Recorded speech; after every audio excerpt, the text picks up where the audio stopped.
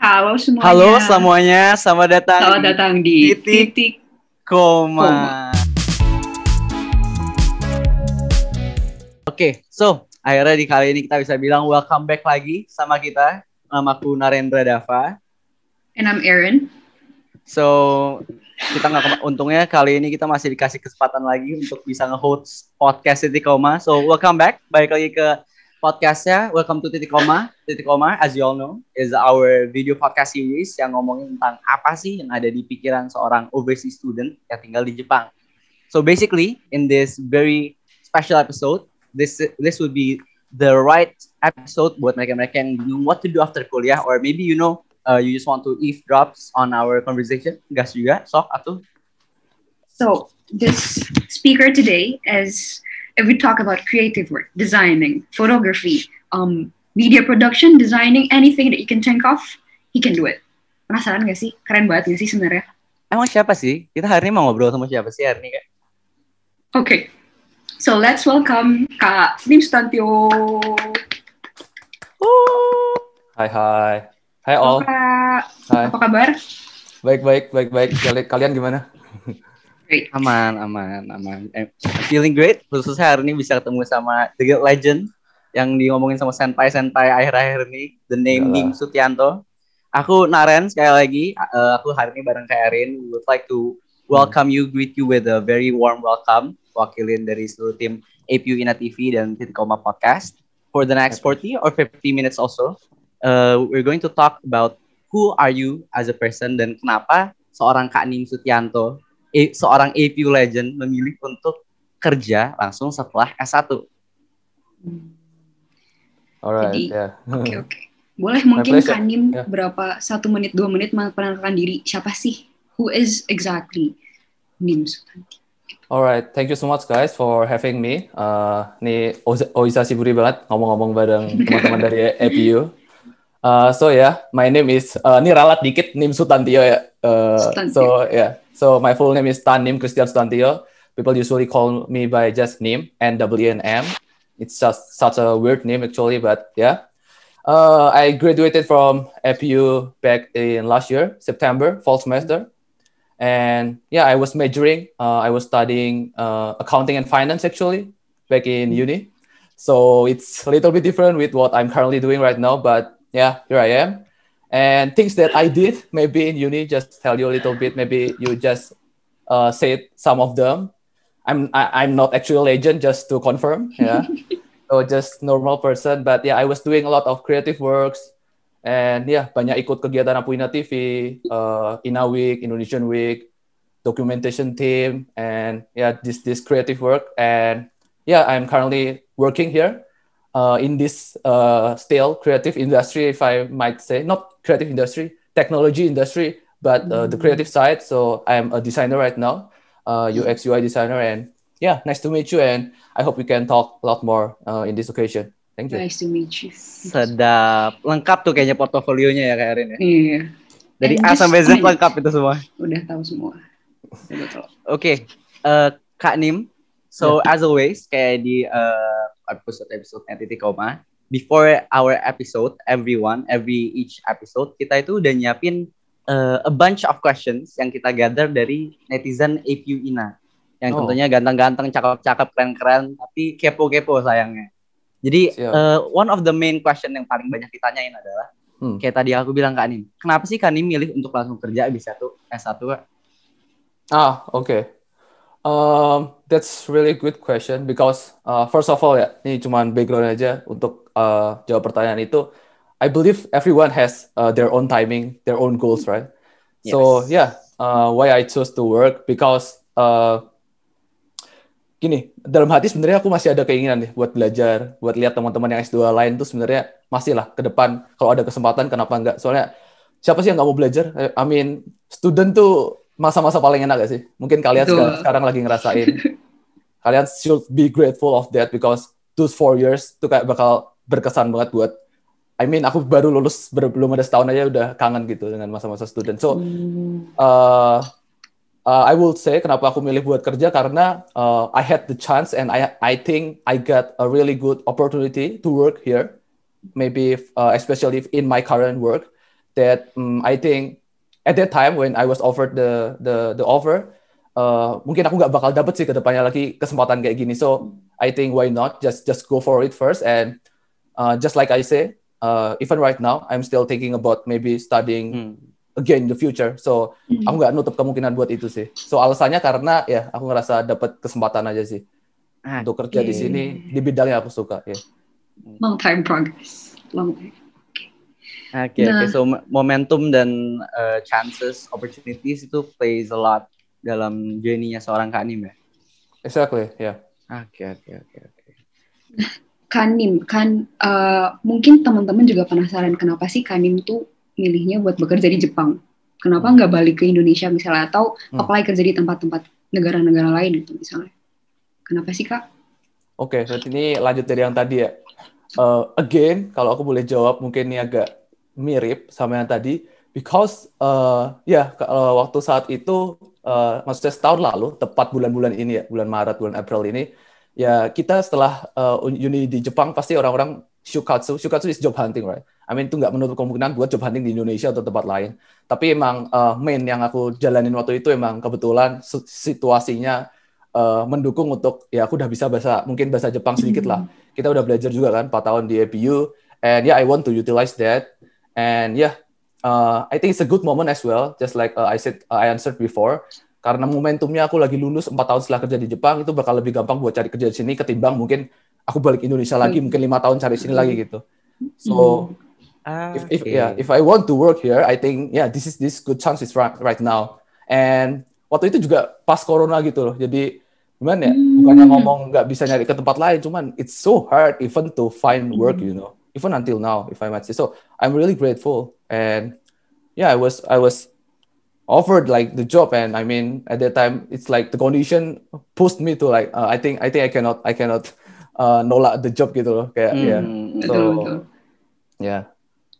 Kalau Kanim sendiri, menurut Kanim, how sama for the last 4 years or so, atau mungkin sebelumnya, Kanim sendiri buat this particular job right now, buat shukatsunya, how did you prepare for it, Kak? Alright, so kita masuk ke mungkin apa yang aku dulu lakuin ya, mungkin dari pengalaman dulu ya.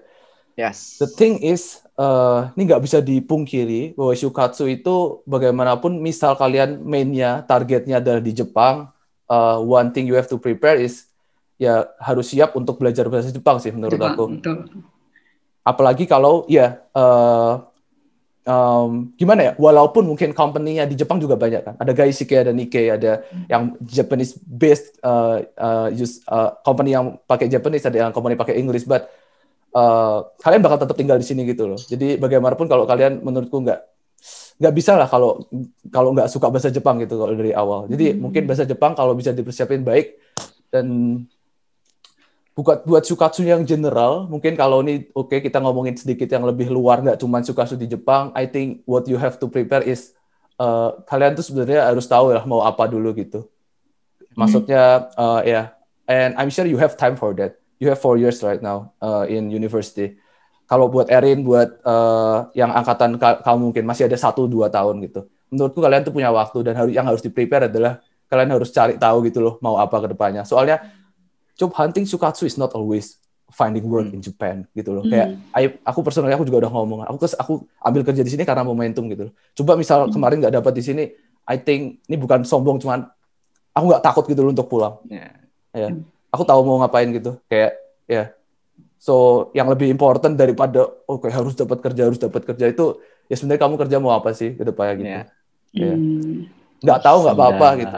Nggak tahu nggak apa-apa, tapi yang harus dilakuin tetap berusaha tahu kan. Gitu sih. On that note nih, sebenarnya penasaran juga. Kan tadi Kandi mention belajar accounting dan finance di APU, tapi sekarang terus kemudian berkecimpung di dunia kreatif. Itu gimana sih? Kita dengar dulu Kanim, kalau Kanim tuh fotografi atau misalnya video. Terus sekarang kita melihat Kanim sebagai as a UI UX designer. Gimana sih ini perjalanannya dari satu tempat ke tempat ini gitu? What sparks the interest?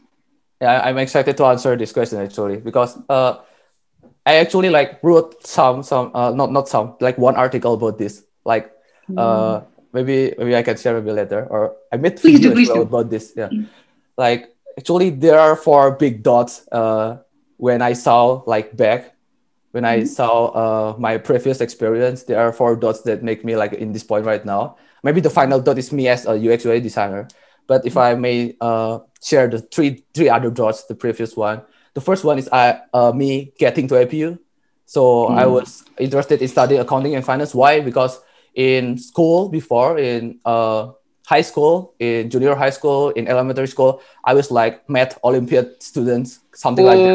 I mean, not to break myself, but yeah, I was good at math. So I thought maybe accounting and finance was a good major for me to study. So that's why I get into APU. That's one. And after 1 year, around 1 year, 1 semester in APU, this is the second dot actually. I got exposed to this another activity outside school, right? Just like you guys doing right now, right? You are studying another thing, but you do another thing as well, right? Yeah, uploading activity, another activity, circles in APU, events, TEDx, hard prize, and such things, right? So yeah, that's the second dot that I got exposed to this creative work. That's why. So my senpai, if I might say like, I don't know if you guys know, maybe my Peter Gilbert, this like creative senpai. They were the one who taught me about this photography and videography things.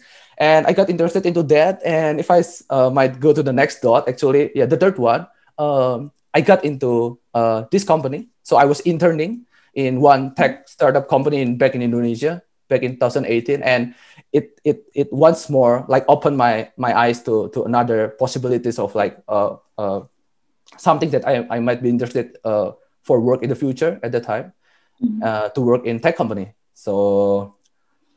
But the interesting is, the tech company I was interning before, I was interning there as a business development intern. So it has nothing to do with creative. But I know inside myself, I like creative work. So that's why after that point, the fourth point is the point that I started learning UX UI design. So why? Because I like creative and I like startup and I like tech. And I mean, I know business a little bit. I studied in school as well. So yeah, I think it's a good combination for me to study this new field of like UX, which is a mix of like maybe their business thinking inside of that as well. It's not business skills as well. So long story short, here I am now. So yeah. And about that, Kanim sendiri, how did you pertama nyemplung ke dunia UI UX? Itu belajarnya dari mana, Kanim? Okay, I started learning just exactly 1 and 2 months. 1 year and 2 months ago. I mean, how to say, 1,5 tahun yang lalu lah aku start learning, because and purely from online course, you have free materials out there, man. No excuses in this era, bro. So if I might say, Mario actually he saw me like learning like online course just to design like one really ugly website in APU class. So in classes, I didn't pay attention to the teacher and I was studying online course. I mean, Kalau kita kan S1 nih masih kayak belajar, masih environment-nya masih belajar gitu. Kalau Kanim sendiri kan udah berkecimpung di dunia environment, working environment yang beneran gitu. Bedanya apa sih? Apakah ada culture shock atau misalnya yang berbeda banget, yang mengagetkan, yang ternyata ini tuh enak banget dibandingkan belajar pas kuliah gitu. Apa sih, Kak? Oke, dari yang bukan kaget ya, dari yang berbeda dulu kali ya, nggak enaknya dulu ya. Yang nggak enaknya ya, gimana ya, bukan nggak enak lah, yang berbeda adalah kalau kamu kerja, you have a ton more like responsibilities, Responsibilities. Itu pasti ya sih, kamu sekolah, kegiatan gitu, maksudnya bagaimanapun kalau kamu malas-malasan juga, ya orang nggak bakal take that serious, right? But now you're working, you have some responsibility to your boss, to your company, to your employer, and itu nggak bisa dianggap enteng because they pay you, right? Benar. Bagaimanapun juga. So that's one point. But culture shock, I might say not really a big deal for me because kita mungkin dah tinggal dan interaksi sama teman-teman yang mungkin buat aku 4 tahun lalu mungkin di Jepang. So udah part time work juga. I think it's kind of the same because kita kerja sama orang Jepang juga. But apa ya? Yang seneng kali ya? Yang seneng apa ya? Yang seneng nggak ada nilai ya, nggak terlalu ada, kita nggak dikejarin ya. Ya. Dulu kita sekolah untuk nilai doang kan, kayak rather than knowledge kita kayak, aduh harus dapat A plus gitu. Benar. Mungkin sekarang kita ada KPI lah, different metrics, but ya nggak terlalu strict kayak dulu kali malah. Kalau Kanim sendiri kan mulai nyemplung di dunia kerja ini kan, although you've did couple of internships, Kanim itu kan sendiri mulai full time, mulai serius itu kan pas awal-awal early COVID pandemic era gitu kan ya Kak. Yeah. Menurut Kanim sendiri dari your point of view, how did COVID affect those whole shukatsu prosesnya, and then work environment-nya gimana? Ada perubahan kah gara-gara COVID? Of course, dari yang bisa ketemu interview offline, di mana mungkin kelebihannya kayak kamu bisa lebih meyakinkan interviewer kamu, kayak gitu-gitu, mungkin sekarang hilang. But kalau aku boleh ngomong personally, honestly, ini COVID itu membawa lebih banyak manfaat ketimbang yang buruk sih untuk why is that? Sendiri. Because you have no limit right now. You can apply to betul companies everywhere, like Hokkaido, like I mean Russia, I don't know, like they have no limit. Even they want to find someone who wants to work remotely. I mean, you can say that you are doing shukatsu not only in Japan right now, everywhere in the world, right? Okay, on the topic of work from home nih. Sebenarnya kan kalau creative work dari pengalaman aku sendiri sih ya, bisa it's either you're on the field atau misal memang dari rumah aja in front of your computer gitu. Nah, mungkin Kak Nim punya nggak sih kayak tips atau misalnya kayak complain about work from home gitu. The plus points, the good points about working from home. Again ya, plus minusnya ya. Mana dulu ya? As a creative. Alright. Minusnya dulu lagi ya, aku suka ngelakuin yang berat-berat dulu di awal. Oke. So minus points, you cannot meet people again. Because why is that negative? Because karena nggak cuma kreatif ya, semua kerjaan kalau kamu kerjainnya bareng sebelahan beda sih feel-nya. And I mean in my work ya maybe ya kayak kita harus bikin apa? Kita harus diskusi bersama tentang apa wireframe. Wireframe is like the less complicated design of like some products. So kalau kamu punya kertas, kamu tulis di kertasnya sebelah-sebelahan lebih gampang sih liatin langsung kayak gini. Sekarang you just have like Zoom. If you want to show pictures or something, if you don't have like pad or something like that, you cannot like show them directly. This kind of the restriction that we have because of COVID, because of this Zoom culture ya. But selain itu apa ya buruknya? Iya sih, yang aku rasain sampai sekarang karena aku udah setahun nih work from home, aku nggak ngerasa sedekat itu sama colleagues sih. Itu mungkin itu really down point sih. Kalau aku lihat teman-teman yang mungkin kerja dari kantor tuh kayak sering makan-makan, sering minum-minum. Ya, I don't really do that with my colleagues because we cannot meet. Benar. Sayang sekali ya. Baiknya kali ya dikit. Yang baiknya baiknya banyak sih. Ini patut disyukuri sih. Sekarang kalau boleh jujur juga, I don't want to go back to normal ini sih, office working. Udah nyaman kayaknya. Terlalu nyaman gak sih? Like you guys maybe feel that as well. Kayak kita punya waktu banyak banget gak sih? Benar. Kita bisa ngelakuin kayak gini nih, aku bisa santai. Aku ya kayak hari biasa, kayak abis selesai kerja banyak banget ya sih hal yang bisa dilakuin. Sebelum kerja aja aku banyaknya I'm lucky right in this position kayak bisa kerja work from home as well. Kayak I start working like in the afternoon if I may share. So from morning to afternoon I have like 6 hours before working. Whoa. I mean that's a huge amount of time. Like I can work out first. I can go not shopping. I mean buy food first, cook first, and then eat. I mean, it's really good for what you say, work life. Yes. Yeah, that's really a good point of working from home. Yeah. And the Japanese working environment sendiri itu ever since the COVID masih berlaku nggak kayak minum-minumnya lah atau gimana? Yeah, I did 1-2 times minum from Zoom, right? But yeah, but fortunately because kantor aku nggak terlalu culture, nggak terlalu minum-minum juga, so everyone is like work oriented, like Okay. Yeah. Okay. And anything that surprises you about that particular working environment kah, Kanim? Buat particular my company lagi yang surprise me sebenarnya aku mikir ya mungkin kayak gitu gak sih, kayak company Jepang mungkin yang suka keluar suka mereka bondnya itu dengan cara minum-minum lah, dimana mungkin budaya Indonesia nggak kayak gitu kan. But yang surprise aku sebenarnya aku udah ready gitu loh sebenarnya, masa minum-minum ayo. udah latihan tuh 4 tahun latihan tuh kan. Build up alcohol tolerance. Nih joke only ya. But ya ternyata ya company aku orangnya dikit doang, mereka ada udah berkeluarga juga, jadi ya santai, kita jarang kayak gitu, cuman kadang kita lunch bareng, cuman gitu aja sih. Jadi paradigma tentang work culture-nya Jepang tuh udah nggak separah dulu berarti. Mungkin nih case aku ya, aku nggak tahu yang lain. Berarti aku boleh ngomong ternyata ada yang kayak gini juga. Jadi nggak semua. Case by case. Kalau aku ngelihat dari profile LinkedIn-nya Kanim kayaknya kan emang sangat-sangat menghidupi filosofi dari learning SP zaman sekarang kan, jelas ya. And do you have any particular software atau website kayak misalnya LinkedIn Learning kah, Coursera kah, Udemy, atau adakah website yang favoritnya Kanim yang usually you study from?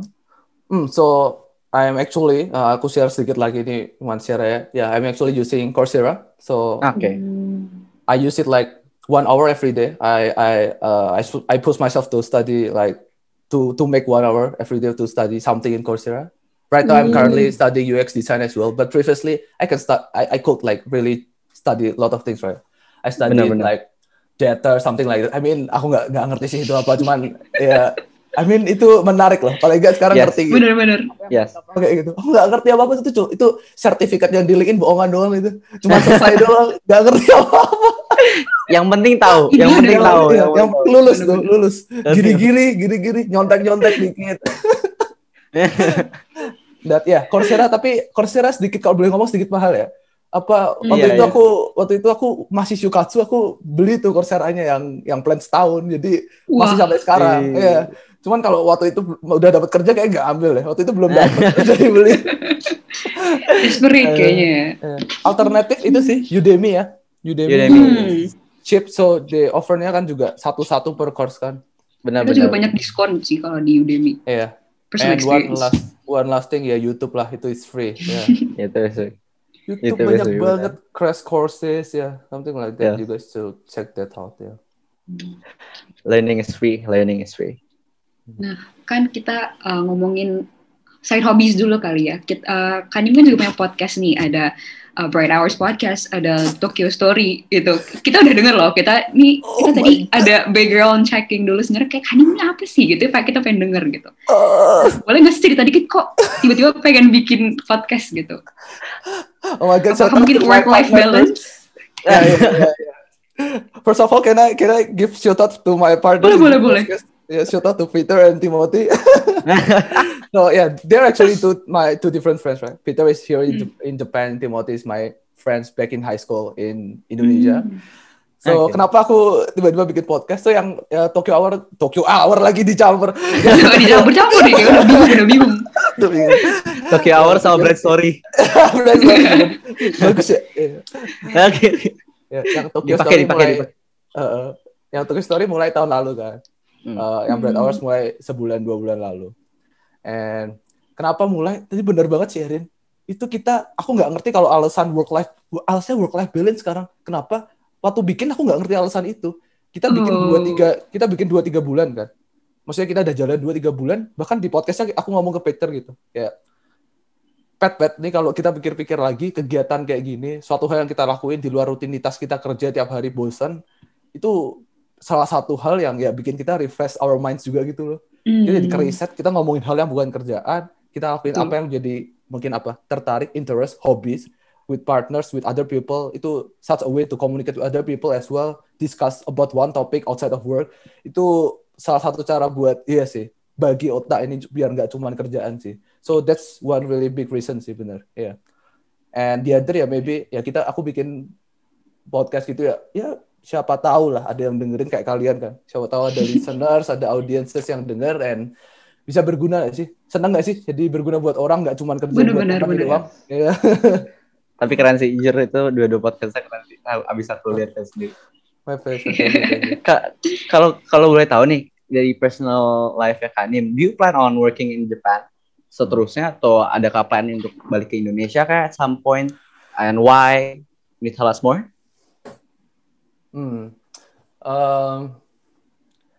In details, Madaki Matenai, not yet decided, but no, I don't plan to work here for the rest of my life. Okay. Yeah, maybe if I would say my ultimate dream is to back to where I was born. I want to go back to Semarang. I want to live there. I want to have family there and live the peace life, the chill life. And ya, maybe itu ke depan banget lah. But tapi mungkin kalau misalnya 5 tahun, 10 tahun gitu, kalau emang di Jepang ada kesempatan bagus, aku akan jalanin. Setelah itu memang kalau dikira udah cukup, aku pengen pulang sih. I mean, aku sedikit nasionalis, pengen balik. Ya. Apuina banget nih. Apuina sih. Iya. Nah, penasaran juga sih sebenarnya kayak pas pertama kali Kadim milih buat bekerja di Jepang, keluarga Kadim gimana sih? Mungkin teman-teman sekitar atau misalnya keluarga-keluarga deket kayak, Adim jangan dong kerja di luar atau kerja di Indonesia aja dong gitu. Ada nggak sih yang kayak gitu, atau misalnya kayak homesick misalnya, pengalaman seperti itu? Family ya? Oh, my family gyakuni. So fortunately, yeah, I have this family that supports anything I do. So I'm really grateful. I'm really lucky to have maybe that kind of environment, because yeah, they don't really care. I mean, as long as I want to pursue something that I want to gain. I mean, what kind of experience I want to gain. I mean, they are really supporting me. So enggak sih, mereka nggak ada yang narik aku kayak pulang aja dong, kayak di Indonesia ngapain, udah kerja di Jepang, malah enggak sih, kayak kamu udah di sana, mungkin lebih ke yang itu sih, lebih kamu udah di sana ya udah coba dulu lah kalau bisa. Coba aja. Ya, coba aja dulu. Sayang besok mungkin nggak ada kesempatan sana lagi. That's why kan aku jadi mikirnya mungkin juga waktu itu jadi ya sedikit. Ya ada kesempatan masih di sini, nggak buruk juga selama aku yakin berguna, selama orang tua support juga, ya why not sih. Ya kalian have to be wise lah. Kalau misal orang tua bukan ngelarang ya, mungkin kayak ya udahlah nggak usah di Jepang, udah susah serem, atau maksudnya ngapain susah kerja di Jepang, mungkin balik aja. Misal ada yang ngomong gitu ya, kalau emang kalian pengen kerja di Jepang, jelasin dengan baik. Kalian pengen kerja di sini bener-bener, tapi orang tua ngelarang ya try to pursue them in like good way. I think I mean orang tua mau yang terbaik pasti buat anaknya sih. Yes. Kalau mereka tahu alasan kalian juga, menurutku harusnya sih nggak ada paksa-paksa lah kayak gitu ya. Kalau gue nanya nih Kanim, dari your point of view sendiri, tapi kan generally income-nya, wage-nya di Jepang kan commonly, bahkan UMR-nya jauh kan dari bandingin UMR Indonesia kan. Why go back to Indonesia? Can you enlighten us lebih ya? Buat orang-orang yang mau balik Indonesia. First of all, masalah mungkin duit deh. Ya, it's true. UMR sini mungkin lebih tinggi dibanding UMR di Indonesia. But ini gimana ya? Maaf ya, mungkin sebenarnya aku nggak ngerti lah rata-rata yang di Indonesia berapa. Cuman ada juga yang tinggi satu di Indonesia kan. Itu nggak menutup kemungkinan kalian lulusan luar juga, kalian dapat sesuatu yang mungkin kalian bakal di pay more than maybe others di Indonesia. Benar, ada kemungkinan itu gitu loh. Ya mungkin kalau kalian dapat kemungkinan itu satu, kenapa enggak gitu kan?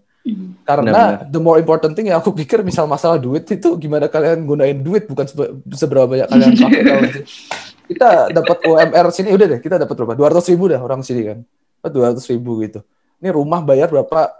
70 ribu gitu, habis dah hampir separuh itu makan lebih. Uang separuh lebih dah habis. Belum kalian dipotong pajak sini. Aku kasar ngomong ya, misal sisa udah 20.000, sisa 50.000 gitu.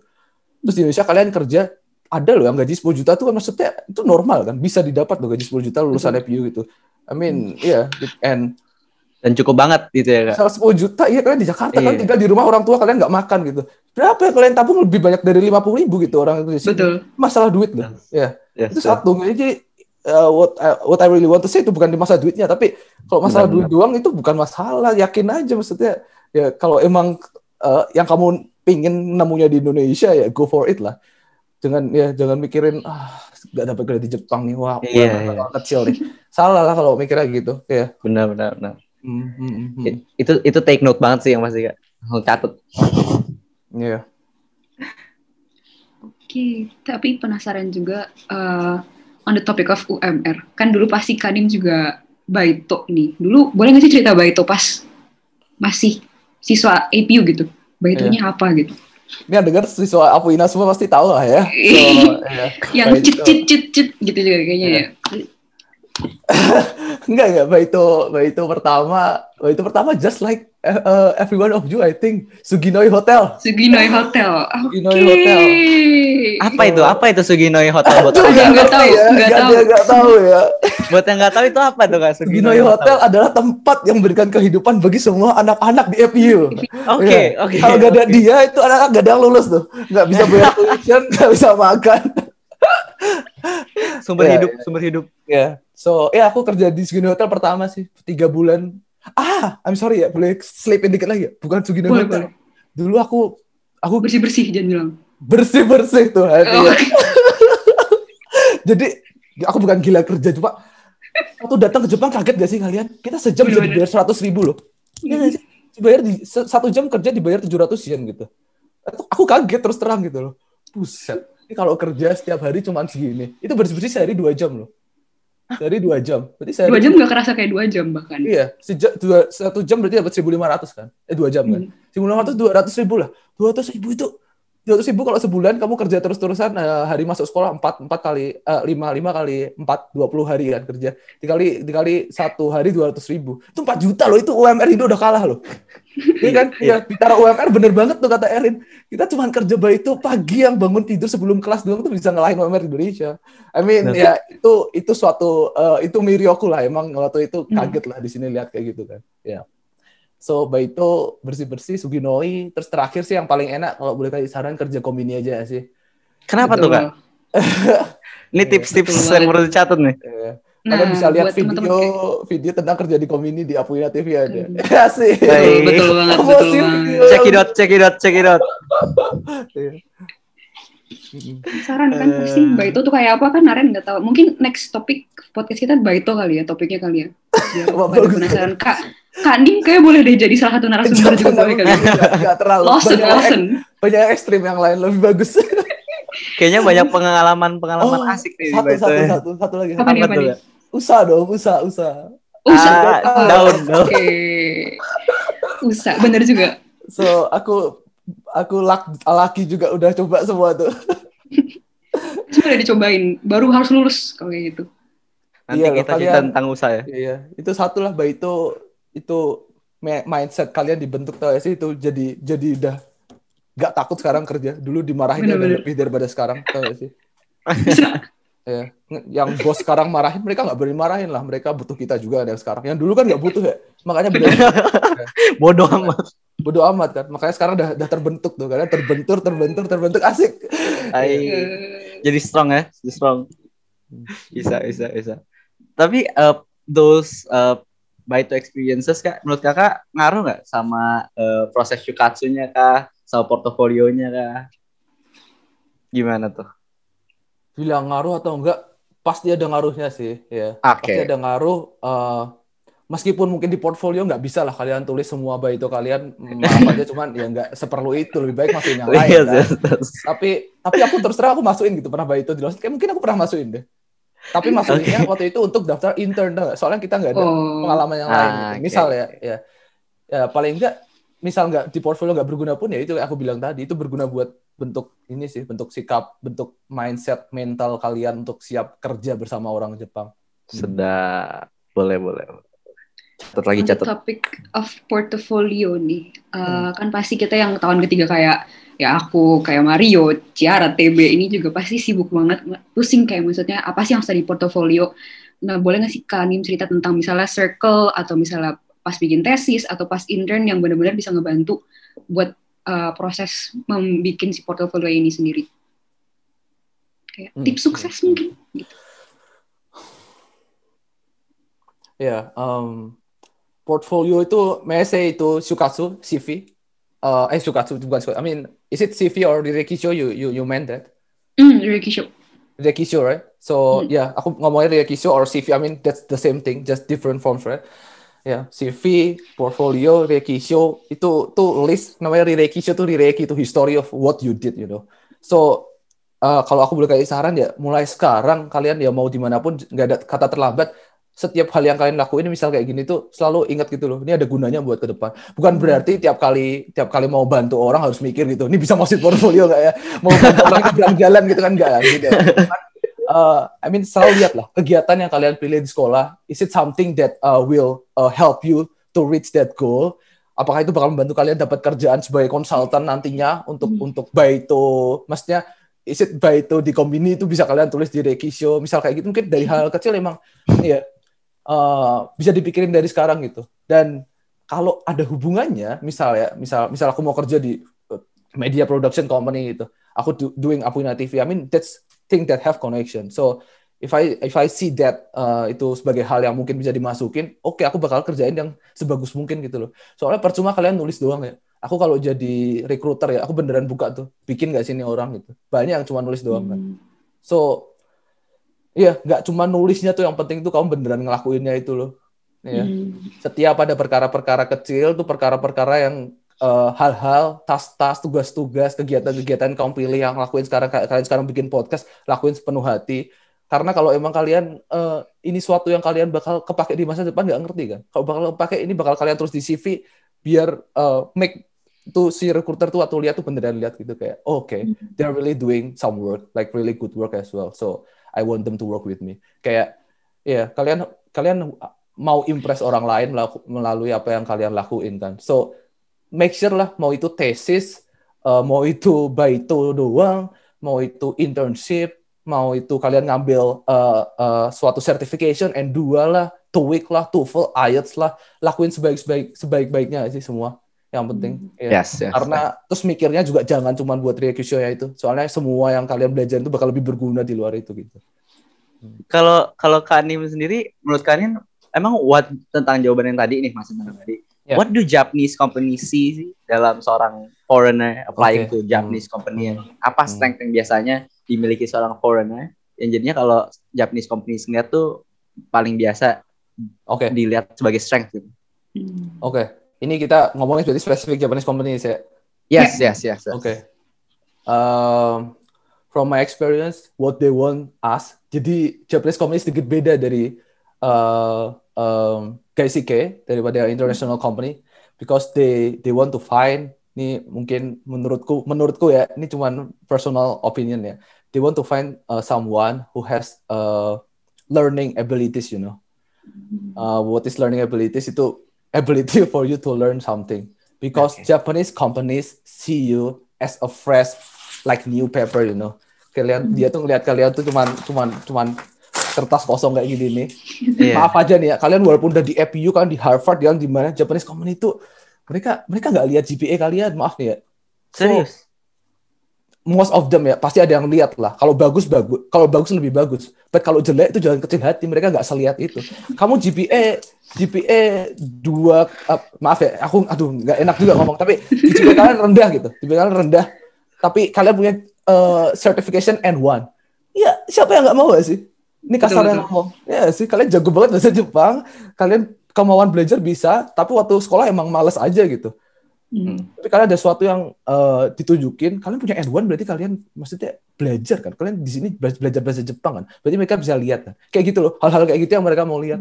Jadi di Rekisho Jepang banyak kan. Ada Gakusei Gakusei Jidai Chikara Ireta Koto, itu kayak what you put your like, kamu put effort apa yang paling besar selama masa univ kamu gitu. Itu saat kamu bisa time to shine gitu, time to kamu show kalau kamu tuh selama uni itu ngerjain Apuna TV. What is that? Itu Indonesian community, kita share ilmu-ilmu di sana gitu, kita wawancara orang gitu. Itu kesempatan dimana kamu nunjukin kamu tuh orangnya emang ada sesuatu gitu. Kamu bisa belajar ngelakuin yang lain, kamu ada kemampuan ngelakuin yang lain. Mereka pengen lihat hal-hal kayak gitu lebih dari nilai sih.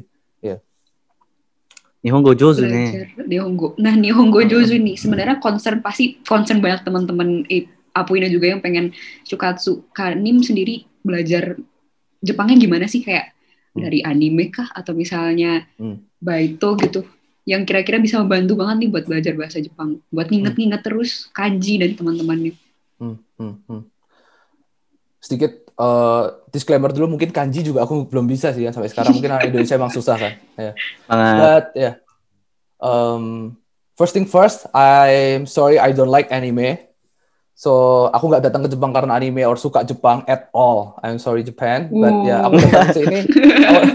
Aku datang ke sini pure karena kesempatan lagi-lagi. Aku orangnya cuman kalau ada kesempatan oke ambil gitu. Oke, nggak ada yang salah ambil. So datang ke sini ada beasiswa sedikit kan, ada scholarship sedikit. So good learning opportunities, and from first year aku belajar bahasa Jepang di kelas Erin and Naren. So your kelas Jepang itu jangan dipandang remeh lah, itu really good opportunities. Semua orang sekarang kalau tanya aku kaget nih.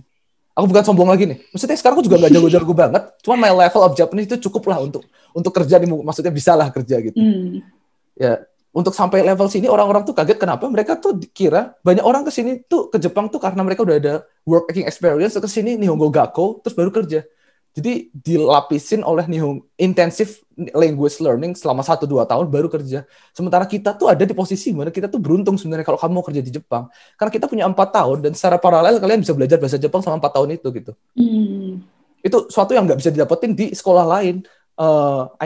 Sekolah lain kalian masuk harus udah bisa bahasa Jepang, either itu atau full international and they don't have Japanese classes. So after that you have to take like 2 more years to study Japanese and then finding work. Itu susah kan? Ya. Yeah. And actually, if you gives us the place, the time, the opportunities to take mandatory classes in your first 2 years, right?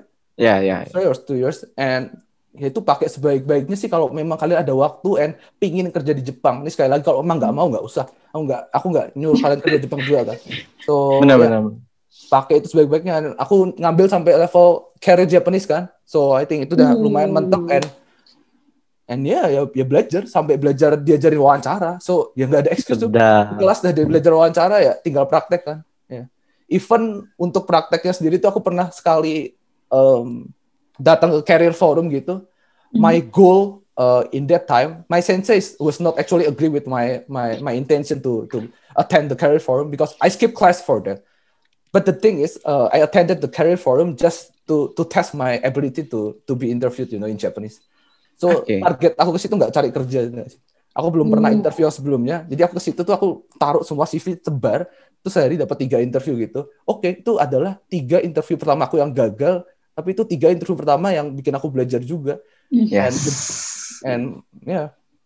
Kenapa enggak gitu? Kalian waktu daftar pertama jangan daftar ke company yang kalian mau, salah itu bodoh, nggak bakal keterima lah, belum pernah belajar interview kok, daftar kayak nggak jelas gitu.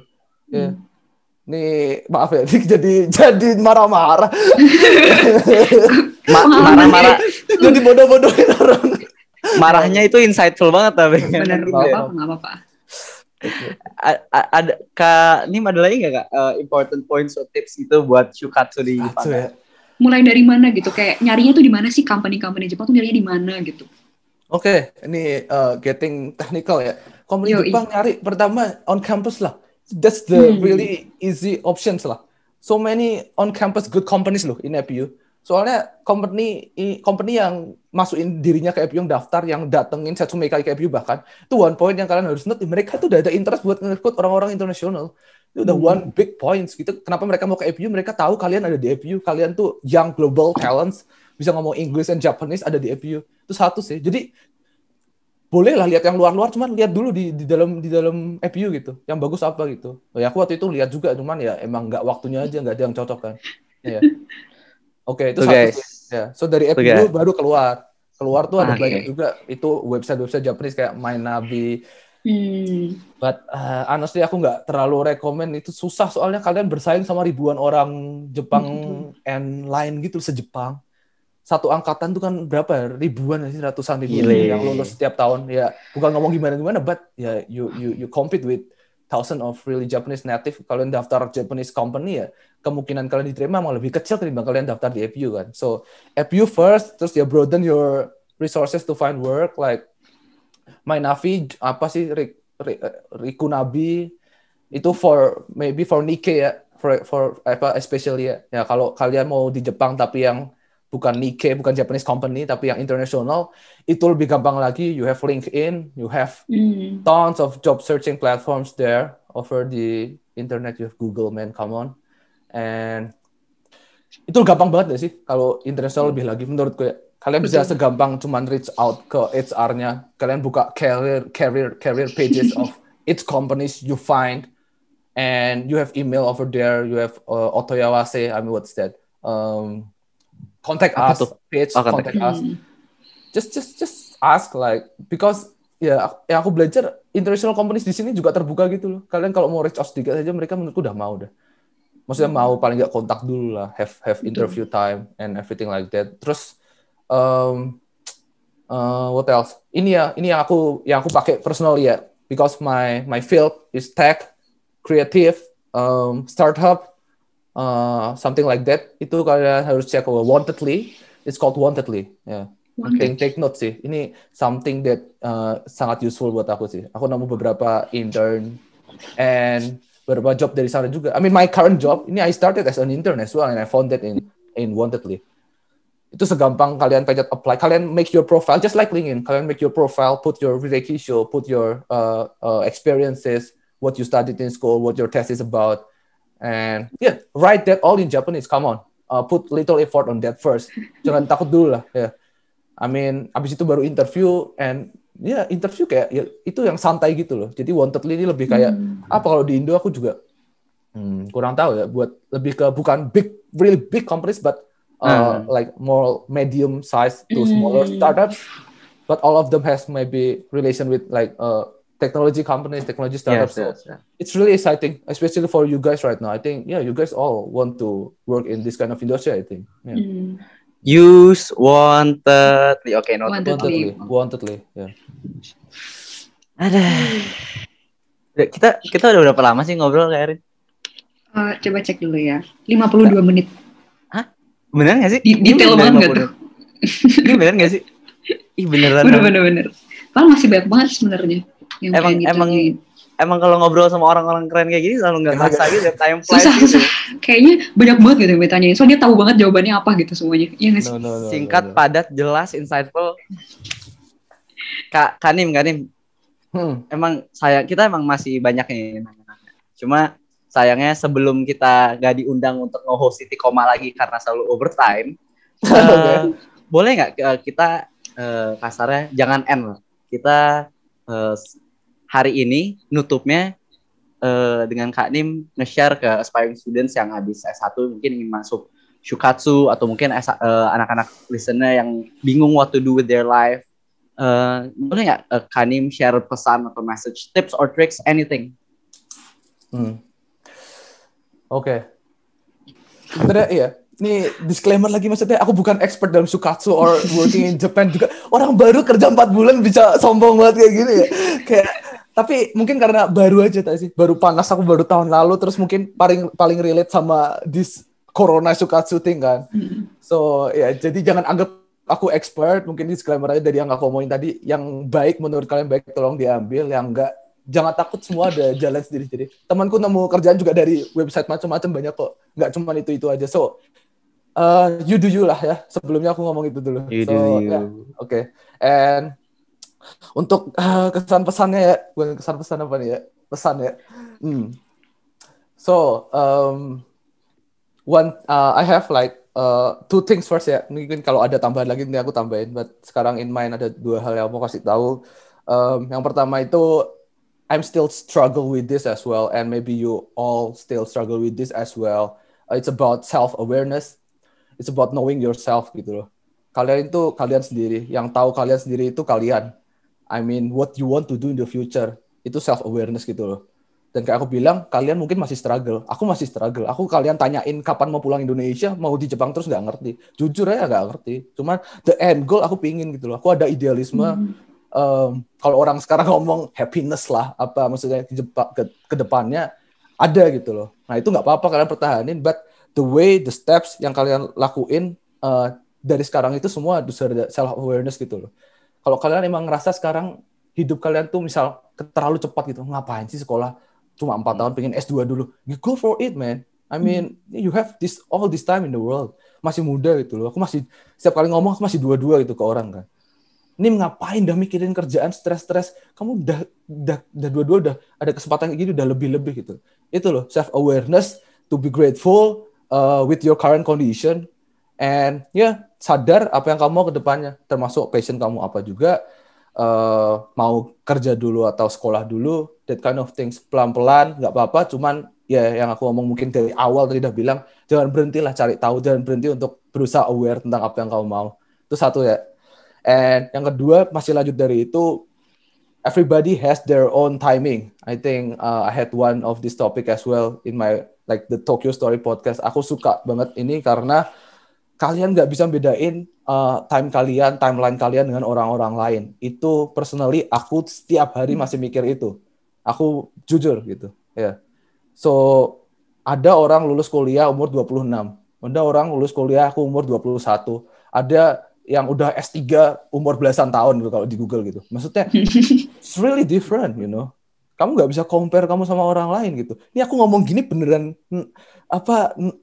bohong nih sebenarnya sih, dalam hati aku juga compare nih. But aku tahu yang bener tuh harusnya nggak boleh kan. I'm still learning as well. Aku pingin juga mindsetnya tuh kayak gitu loh.